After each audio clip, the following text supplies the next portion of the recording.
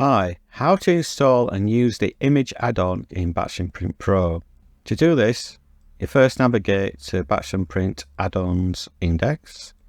So if you go on the default page for Batch & Print Pro here, you go down the side and click on add-ons, and you scroll down and you see the image add-on there. Now I want to download the trial version, so click here. So once that's downloaded, in your downloads folder, you double click on it to install it. Click yes, yes, yes, next, finish. So that's all done now. So now you can open Batch & Print Pro. This will automatically add the add-on. So I can drag and drop a file in. It can be any type of image file, for example, PNG, JPEG, GIF, bitmap. There's a separate add-on for TIFF files. So then, if you scroll across, you can see the add-on parameters aren't set by default. So you go right mouse, add-on setup. This is the setup for this individual file, but you can do it across many files and by default as well. So I want to print borderless, so I want to print photos, print in the middle of the page, and that's it for that one. Scroll across now, you can see set the add-on settings there. You can just click print, open the printer. You can see it's waiting to print on there is the image.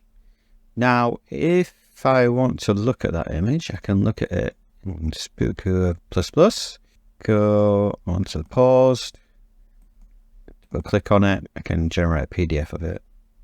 So that is the image that is going to print.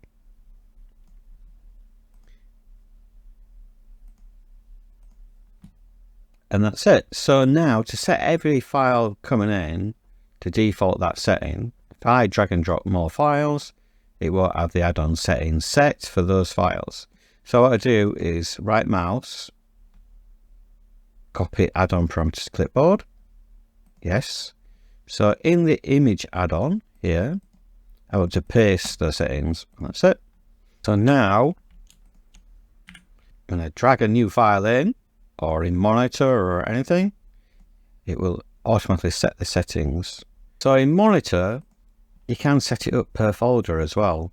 If you go on to the advanced settings, you can use add-on settings in there, paste, and then update your monitor list. If you scroll across, you can actually see the add-on settings there, but that means you can have different settings for different folders. So for example, if I'm monitoring test 2, then I can go advanced settings and I can paste in different settings. There is explanation in the help file of the add-on of what all these settings mean.